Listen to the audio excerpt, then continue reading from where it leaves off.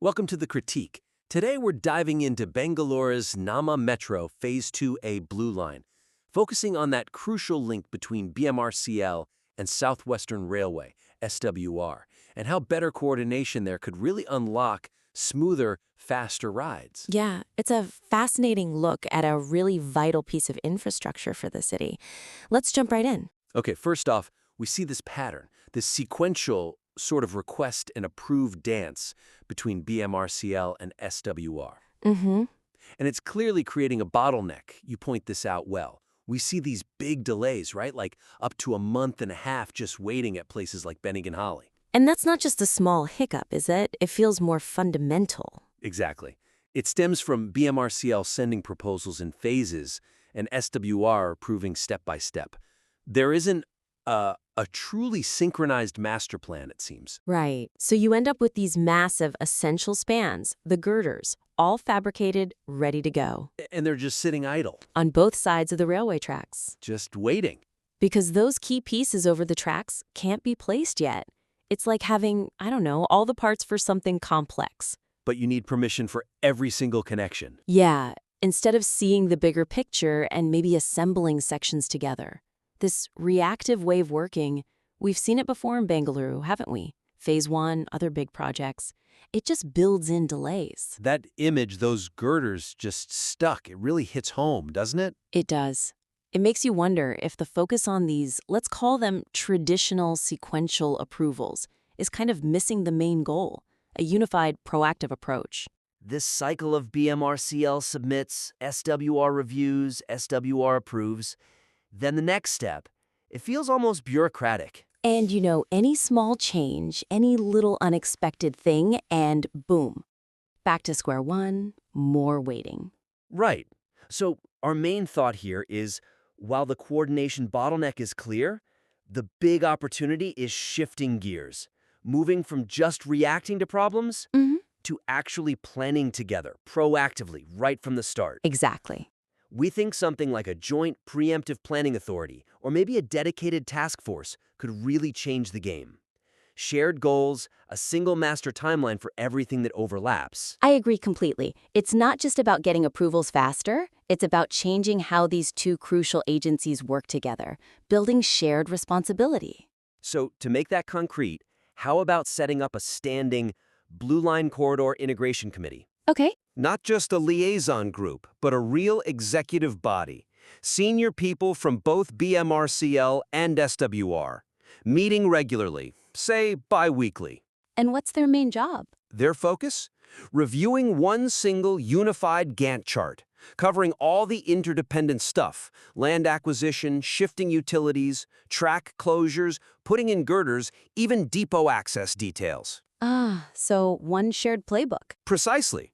A dynamic document, co-owned, tracking every critical step for both sides, flagging dependencies in real time, so everyone knows what needs to happen next and who needs to do it. Anticipating issues, not just reacting. Maybe learn from past delays, like Phase 1. That committee sounds like a potential game changer. But, you need visibility too, right? For it to work day to day. Good point. What about technology? A shared digital platform? Maybe a dashboard?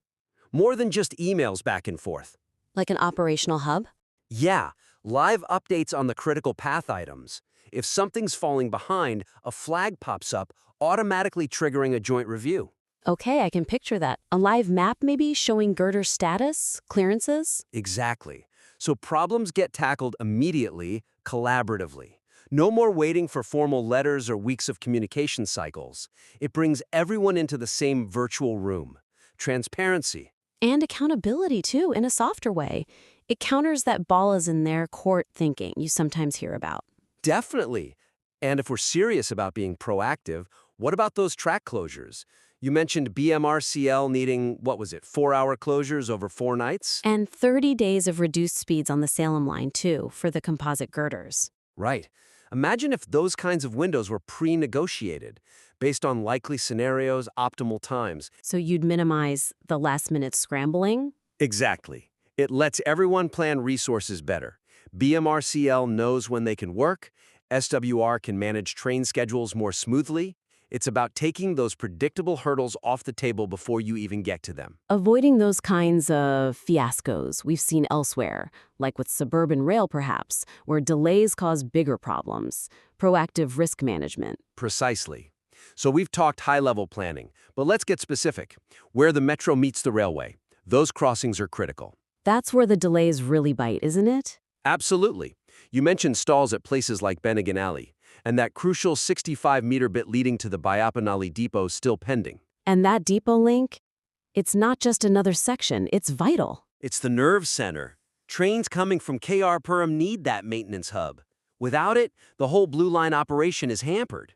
Seriously hampered.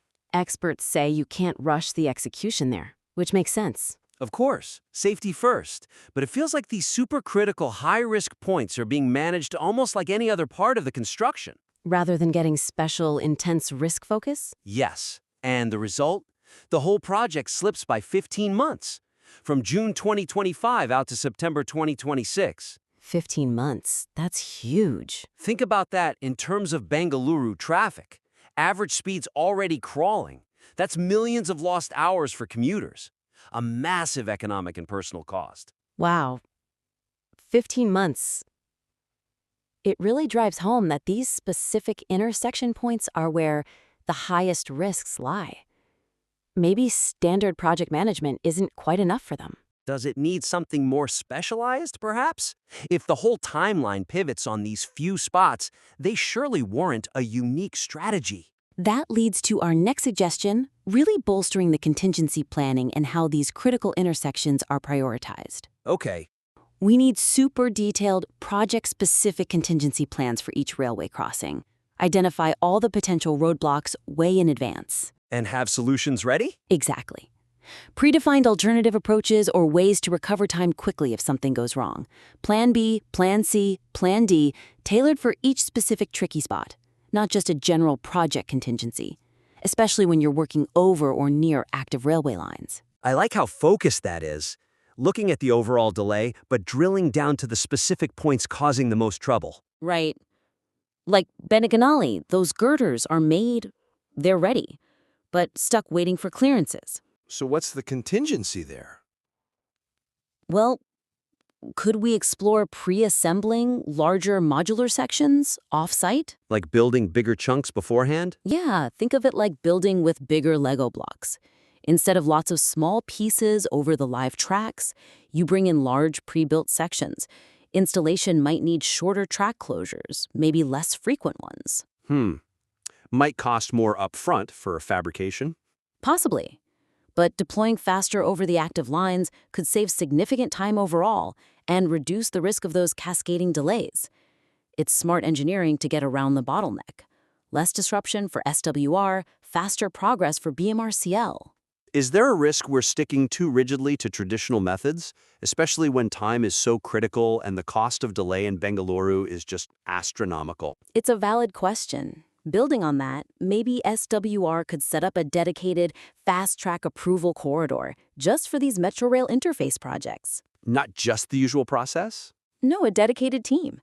People empowered to expedite the safety checks, the design reviews, specifically for these critical spans and structures. Especially for bottlenecks like that Bayapanali depot link. Absolutely. It's not about cutting corners on safety, definitely not. It's about streamlining the process with focused, expert resources who get the unique challenges of these interface points, cutting through some of the usual layers for these top priority items. Makes sense. Dedicated expertise for dedicated problems. Exactly. And one more thing here, modeling different delay scenarios for each crossing point. Like what? Like, what if the monsoon season is unexpectedly long? What if there are unforeseen ground issues, labor problems? All things that have happened on Bangalore projects before. Okay, so model the what-ifs. Right. What if a key track closure gets missed? What if a component delivery is late? By thinking through these possibilities, BMRCL and SWR could pre-negotiate fallback plans. Like agreed alternative dates? Or knowing which teams could shift focus if one area gets stalled? Precisely. It's about having an agreed-upon response before the problem hits. minimizing that domino effect across the whole blue line, which, as we said, has already slipped 15 months. Okay, that proactive risk handling feels crucial. Now, the third area we looked at connects directly to that human cost you mentioned earlier, the impact on commuters, on businesses. It's massive. Yeah, people like Rajesh, the software engineer, losing hundreds of hours in traffic, or small business owners struggling with congestion. It's very real. And you capture that impact powerfully. But it highlights something missing, doesn't it? Unlike, say, KRID for the suburban rail, there doesn't seem to be a clear public accountability structure for this BMRCL SWR coordination on the metro. You see hints of it in the background. Comments like, the ball is in BMRCL's court from SWR, or that perceived lack of urgency from higher up. It suggests a gap, right? In shared responsibility and in just openly reporting progress.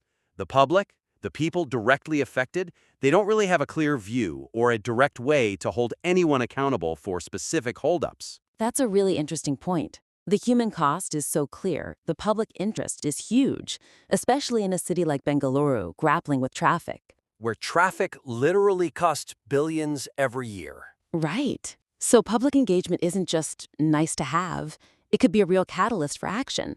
How do we harness that? Well, our suggestion is to really strengthen those public and stakeholder accountability mechanisms. How? Through transparent, regular progress reports using clear metrics, key performance indicators, KPIs, and maybe dedicated public forums focused specifically on this interagency coordination piece. Fostering shared accountability, basically, using the city's collective desire for this project to push it forward. Exactly. A concrete example? How about a public online dashboard? Okay. Approval times, real-time status of those Bengaluru girders, the Bayapana link. Ah, so people can actually see what's happening or not happening. Like they have in Mumbai with some task forces? Precisely. It makes it much harder for agencies to just point fingers. It encourages genuine collaboration when progress or lack of it is out there for everyone to see. And maybe take it further, like joint press conferences? Quarterly? Yeah, BMRCL and SWR leaders, together. Not general updates, but specifically addressing the Blue Line's critical junctions.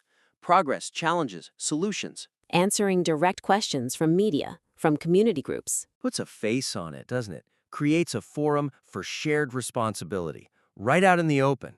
Could turn abstract delays into concrete discussions about getting things done. Under the public eye.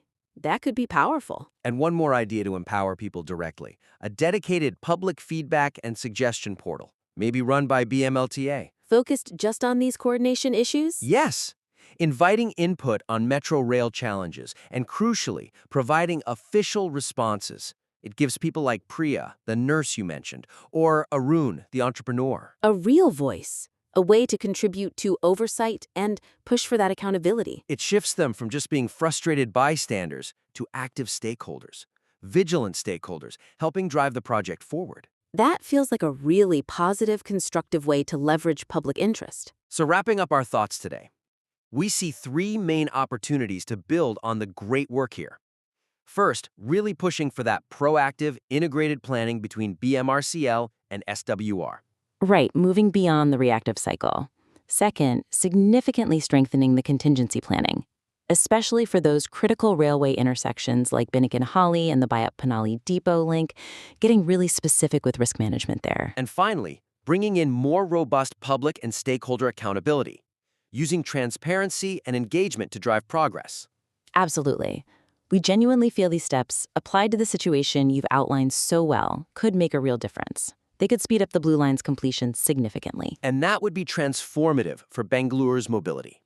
These aren't just abstract ideas. They feel like concrete, doable strategies to save time and ease daily life for millions. We really encourage you to think about these points, perhaps refine the work incorporating some of these angles. We'd be very interested to see how it develops if you choose to resubmit it. Yes, we look forward to seeing you in the next version.